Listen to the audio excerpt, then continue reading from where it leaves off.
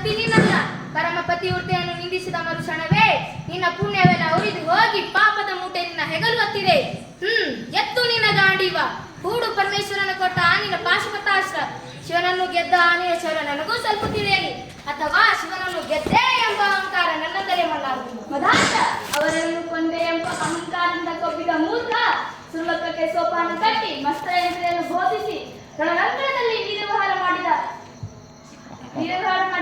ಅರ್ಜುನನ ಭುಜಬಲದ ಪರಾಕ್ರಮ ನಿನಗೇನು ತಿಳಿಯುವುದು?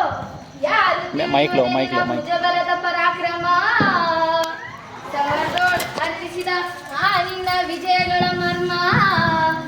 ಎಲ್ಲದಕ್ಕೂ ಕಾರಣ ಶ್ರೀಕೃಷ್ಣ ಪರಮಾತ್ಮ.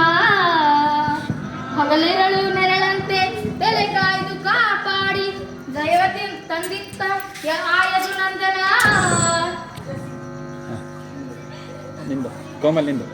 ಅವನಿಲ್ಲದೆ ಬಂದೆ ನೀನು ತೃಣಕ್ಕೆ ಸಮಾನ.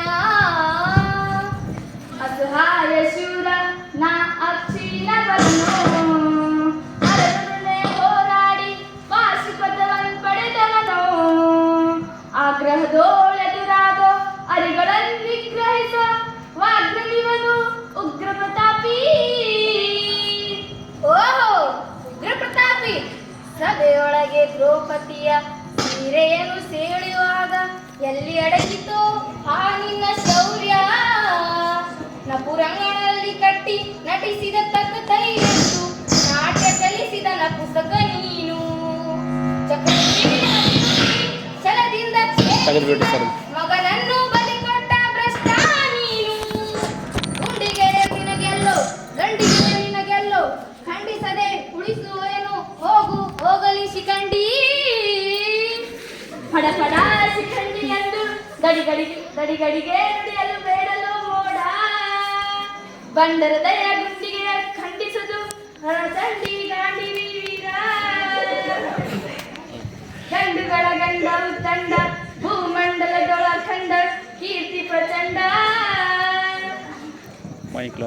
ಚಂಡನೋ ಪ್ರಚಂಡನೋ ಕುಂಡನೋ ನಿರ್ದಿಸುವುದು ರಣರಂಗದಲ್ಲಿ ಕೂಡು ಬಾಣಗಳು ಮಾಡುವೆ ಮಾನಭಂಗ. ಕದನೋ ಕಲಿಪಾಟ ಕಿರಿಕಿ ಉಳಿದವರಿಲ್ಲ. ಅಬ್ಬರಿಸಿ ಬಬ್ಬರಿಗೆಲ್ಲ ಭಯವಿಲ್ಲ.